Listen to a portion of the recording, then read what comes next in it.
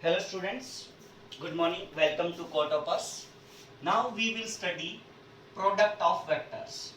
Product of vectors. ठीक है, तो वेक्टर की प्रोडक्ट जो होती है बेटा वो दो टाइप की होती है, एक डॉट प्रोडक्ट और एक क्रॉस प्रोडक्ट होती है। ठीक है, जो हमारे पास डॉट प्रोडक्ट होती है उसको हम आज स्टडी करेंगे।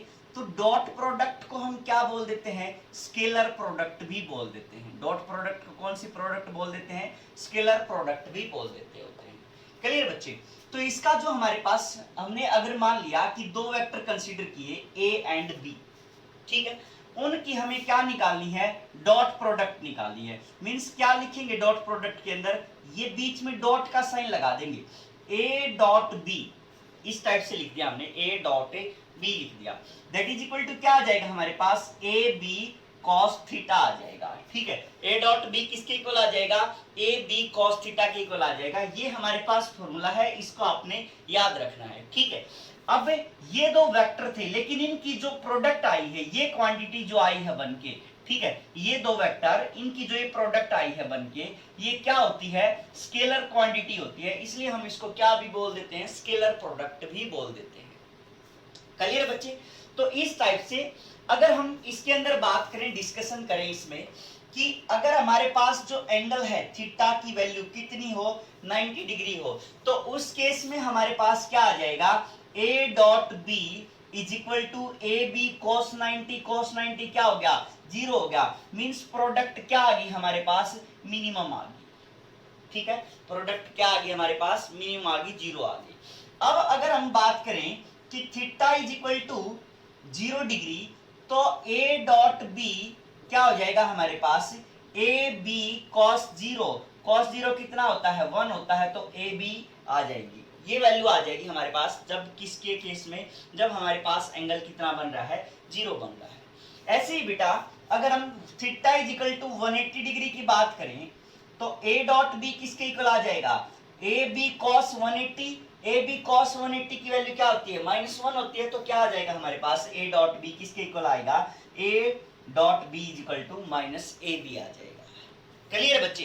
तो ये इस टाइप से आप इनके बीच क्या कर सकते हो, एंगल अगर गिवन है तो उनके बीच की डॉट प्रोडक्ट आप फाइंड आउट कर सकते हो।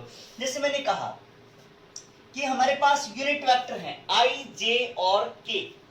हमें पता है कि आई जे एंड के तीन हमारे पास क्या है, ये यूनिट वेक्टर्स हैं, और हमें इनकी क्या निकालनी है, ऐसे ही डॉट प्रोडक्ट निकालने। तो क्या आएगा हमारे पास, आई कैप डॉट जे कैप, है ना, आई कैप डॉट जे कैप। अब आई जे के किस टाइप से होते हैं, इस टाइप से होते हैं, ये आई होता है, ये जे होता है, और ये क्या होता है, के होता है। Means i dot j is equal to क्या होगा, आई का मैग्नीट्यूड, है ना, ये क्या है, ए बी क्या है एक्चुअल बेटा, मैग्नीट्यूड है ना, सिंपल लिखा हुआ मैंने। तो ए आई का मैग्नीट्यूड इंटू जे का मैग्नीट्यूड इंटू में कॉस थीटा, इनके बीच का जो एंगल होगा। तो आई का मैग्नीट्यूड कितना है, क्योंकि यूनिट वेक्टर है तो सीधी सी बात है, कितना होगा मैग्नीट्यूड, 1 होगा। जे भी क्या यूनिट वेक्टर, तो 1 हो गया। कॉस 90, कॉस 90 भी कितना होता है, कॉस 90 कितना होता है, 0 होता है। तो ये सारी प्रोडक्ट क्या आ गई, 0 आ गई। मींस आई डॉट जे क्या आ जाएगा, 0 आ जाएगा। सिमिलरली अगर आप जे डॉट के करोगे तो उसमें भी कॉस कितना हो गया, 90 डिग्री हो गया, तो 1 इंटू 1 इंटू कॉस 90 फिर से क्या आ जाएगा, 0 आ जाएगा।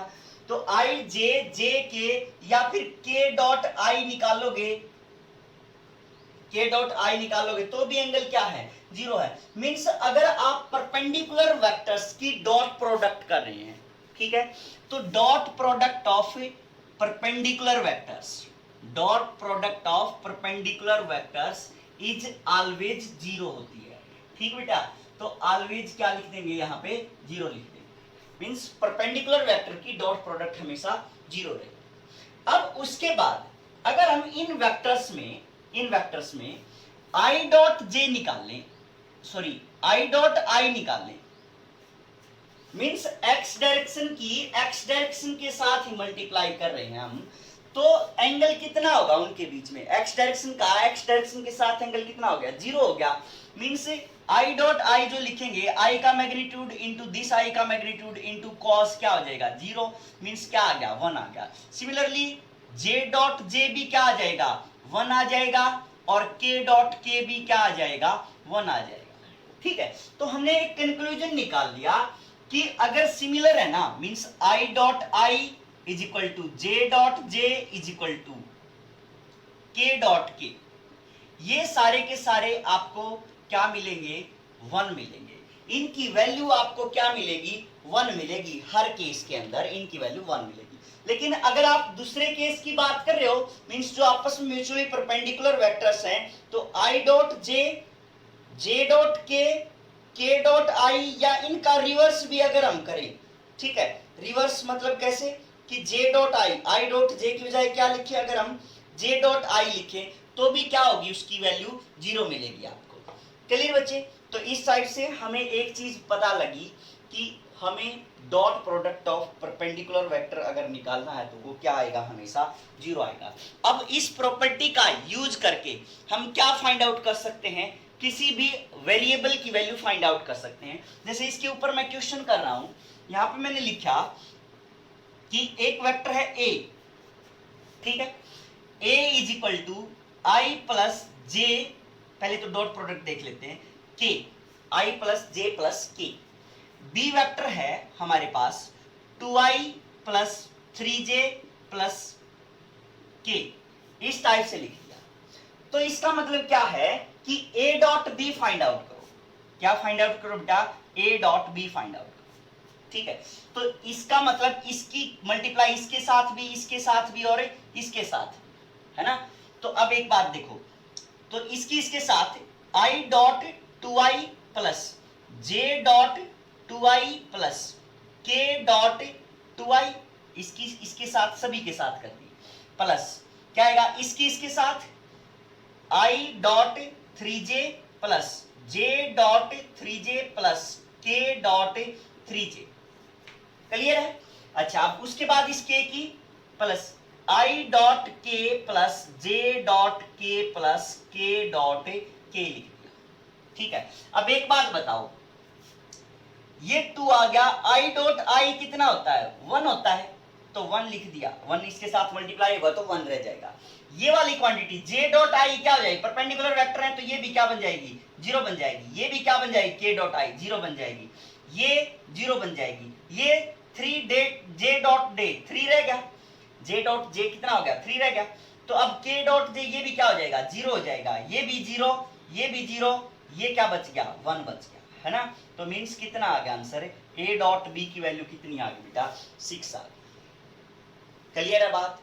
ठीक है, तो हमें इतने लिखने की जरूरत नहीं है, सिंपल आप क्या करो ए डॉट बी निकालना है, इसकी इसके साथ मल्टीप्लाई, इसकी इसके साथ मल्टीप्लाई, इसकी इसके साथ मल्टीप्लाई, सभी का हमें क्या कर देना है ऐड कर देना है। मींस 2 की इसके साथ मल्टीप्लाई 2, 3 की इसके साथ मल्टीप्लाई 3, 1 की इसके साथ मल्टीप्लाई 1, इनके कोफिशिएंट्स की हमने क्या कर देनी है मल्टीप्लिकेशन कर देनी है, वही आ जाएगा हमारे पास। क्लियर बच्चे? तो आई डॉट आई वाले क्योंकि इनका ही क्या आएगा 1 आएगा, बाकी तो सारे क्या आ जाएंगे 0 आ जाएंगे, तो इसलिए हम इनकी कर देंगे आपस में आई डॉट आई की, जे डॉट जे की, के डॉट के की मल्टीप्लाई कर देंगे। क्लियर बच्चे? तो इस टाइप से हमारे पास क्या आ जाएगा वेक्टर आ जाएगा, इनकी प्रोडक्ट आ जाएगी। अब अगर हमें 2 वेक्टर्स दे रखे हैं, इनके बीच का एंगल फाइंड आउट करना हो, क्या फाइंड आउट करना हो, अगर एंगल फाइंड आउट करना हो तो हम कैसे फाइंड आउट करेंगे, देखो ए डॉट बी है हमारे पास, that is equal to magnitude of A B cos theta, ये आ जाएगा हमारे पास। अब एंगल फाइंड आउट करना तो सीधी सी बात है, ये है तो हम क्या कर सकते हैं फाइंड आउट कर सकते हैं। मींस ए डॉट बी की वैल्यू हमें निकालनी पड़ेगी, वो हमने निकाल रखी है, मान लिया इन्हीं के बीच हम क्या कर रहे हैं एंगल फाइंड आउट कर रहे हैं, तो ए डॉट बी के बीच एंगल कितना हो गया यहाँ पे 6 हो गया, सॉरी ए डॉट बी की डॉट प्रोडक्ट कितनी होगी 6 होगी, लिख दिया मैंने।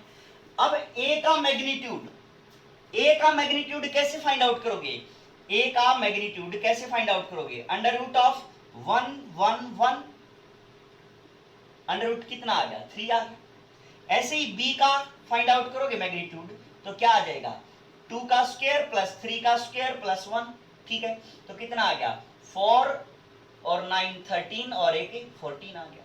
ठीक है, तो हम क्या लिख देंगे यहाँ पे √3 √14, ए की वैल्यू √3 और बी की वैल्यू √14 इंटू क्या आ जाएगा cos थीटा आ जाएगा, तो 6 डिवाइड बाई में रूट कितना आ गया 42 इज इक्वल टू क्या आ गया हमारे पास cos थीटा आ जाएगा। Means theta is equal to क्या आ जाएगा, इसके दोनों साइड क्या लिख देंगे cos इनवर्स, या cos इस साइड जाके क्या हो जाएगा cos इनवर्स हो जाएगा 6 बाई में रूट 42। ये इनके बीच की क्या आ जाएगी वैल्यू आ जाएगी। अगर एंगल इस टाइप से आ रहा है, कट रहा है तो ठीक है, नहीं तो यहाँ पे एज इट इज रख देंगे इसको, ठीक है। जैसे 1/2 आ गया मान लिया, तो हम फाइंड आउट कर सकते हैं 1/2 60 का होगा, किस टाइप से होगा 1/√2 होगा 45 होगा, तो उस केस में हम फाइंड आउट कर सकते हैं। लेकिन यहाँ पे एज इट इज वैल्यू छोड़ सकते हो आप। तो यहाँ पे हमारे पास क्या आ गई बेटा, इसकी वैल्यू आ गई। क्लियर है बात, ठीक है। अब अगर आप इसको जर्नलाइज करो, ठीक है, जर्नलाइज कैसे करोगे, जर्नलाइज कैसे करोगे, जैसे हमने ए वेक्टर माना कि a is equal to ax I cap plus bx j cap plus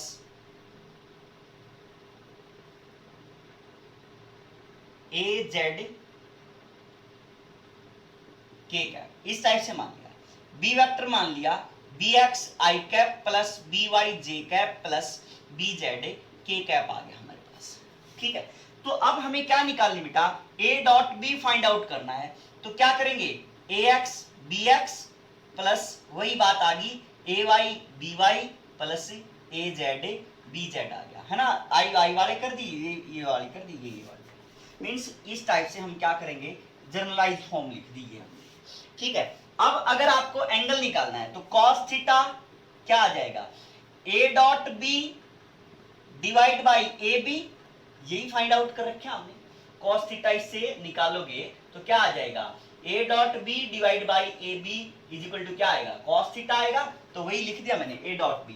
तो a डॉट b क्या है हमारे पास, ये रहा, तो ax bx plus ay by plus az bz divide by में अंडर रूट ऑफ a है, तो क्या लिखेंगे यहाँ पे ax square plus ay square plus az square लिख देंगे, है ना, क्योंकि एक मैग्नीट्यूड ऑफ a ये आ गया हमारे पास, ठीक है, ये आ गया अंडर रूट इसका b का।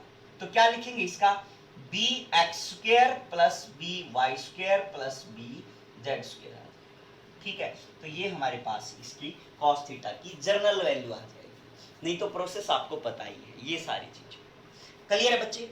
अच्छा, अब हम क्या कर सकते हैं, किसी भी वेक्टर के अंदर अगर ये बोल दिया जाए कि भाई ये वेक्टर आपस में परपेंडिकुलर है, तो उसमें एक कोफिशिएंट की वैल्यू हम क्या कर सकते हैं फाइंड आउट कर सकते हैं। जैसे हमने लिखा कि vector a is equal to a i cap plus 2j minus 3k, इस टाइप से लिख दिया मैंने। कोई दूसरा वेक्टर लिखा b is equal to i cap minus 2j plus 3k, इस टाइप से लिख दिया। तो ये बोल दिया कि if a and b are perpendicular, ये दोनों a और b आपके पास परपेंडिकुलर वेक्टर हैं, तो हमें क्या फाइंड आउट करना है, if these are perpendicular then find a, इस a की वैल्यू आपने फाइंड आउट करनी है।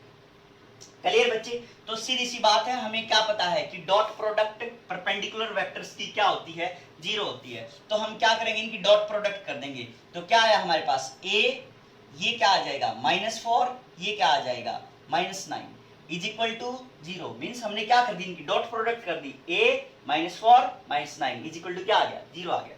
तो a इज इक्वल टू कितना आ जाएगा 13 आ जाएगा। ये हमारे पास किसकी वैल्यू आ गई, a की वैल्यू आ गई। तो इस टाइप से अगर आपको ये पता है तो आप फाइंड आउट कर सकते हो, ठीक है। अब देखो बेटा, कई बार क्या होता है क्वेश्चन को कॉम्प्लिकेटेड बना देते हैं। जैसे मैंने लिखा यहाँ पे कि a is equal to ai plus aj plus 3k, इस टाइप से लिख दिया।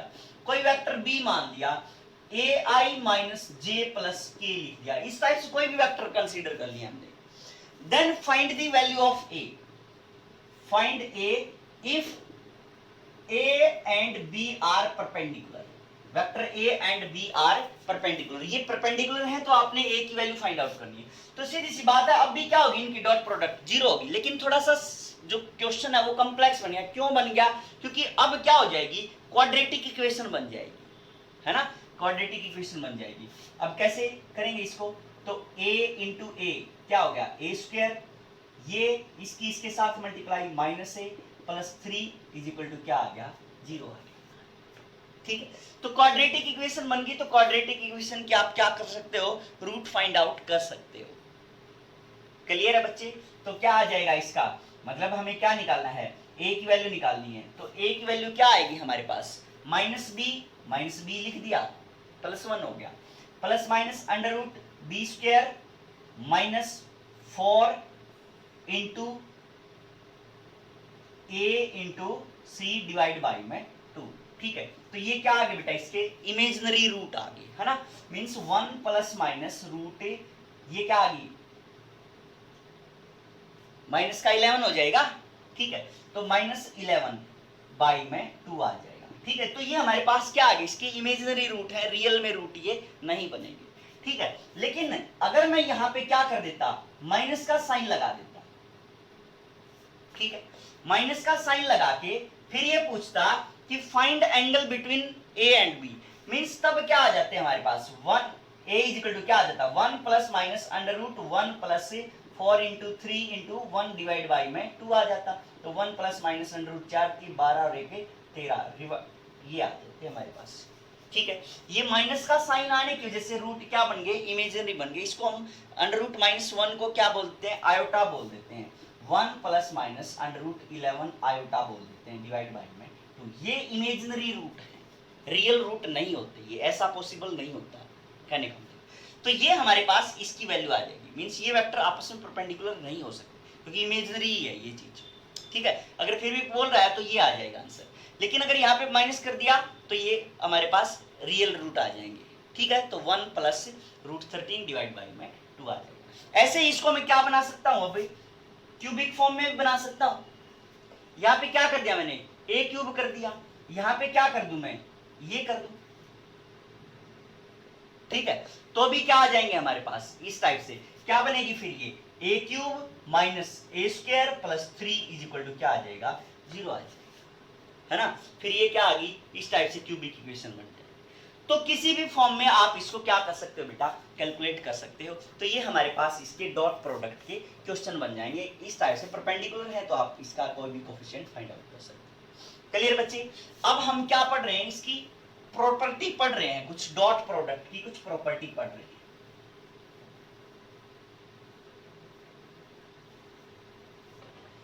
डॉट प्रोडक्ट में प्रॉपर्टीज लिखो आप, प्रॉपर्टीज ऑफ डॉट प्रोडक्ट। तो पहली क्या है बेटा, कॉम्यूटेटिव, जैसे वेक्टर की हमने पढ़ी थी कॉम्यूटेटिव में, उसमें क्या है a dot b is equal to क्या हो जाएगा b डॉट a हो जाता है। ठीक है, कौन सी प्रॉपर्टी है ये, कॉम्यूटेटिव प्रॉपर्टी। कॉम्यूटेटिव प्रॉपर्टी के according a dot b b dot a, क्योंकि ये क्या है बेटा स्केलर क्वांटिटी है, तो 2 की 3 के साथ मल्टीप्लाई करो या 3 की 2 के साथ मल्टीप्लाई करो तो क्या आएगा आंसर, सेम आएगा, ये स्केलर बन जाती है। ठीक है, अच्छा अब अगर आप सेकंड की बात करो तो बोल रहे हैं हम a dot b plus C, क्या लिख दिया मैंने, a dot b plus C. a dot b plus C किसके बराबर हो जाएगा, a dot b plus a dot c के बराबर हो जाएगा, a dot b plus a dot a। Clear है? ठीक है, तो ये प्रॉपर्टी है, और कुछ प्रॉपर्टी है जो बना सकते हो आप, बनाना चाहो तो।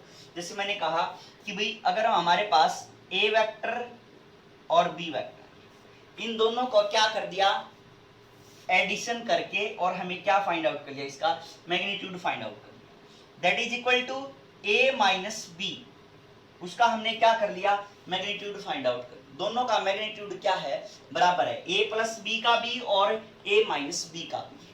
ठीक है, तो क्या होता है, इनके बीच जो थर्ड प्रॉपर्टी है ये क्या है, a प्लस बी का मैग्नीट्यूड a माइनस बी के मैग्नीट्यूड के बराबर है।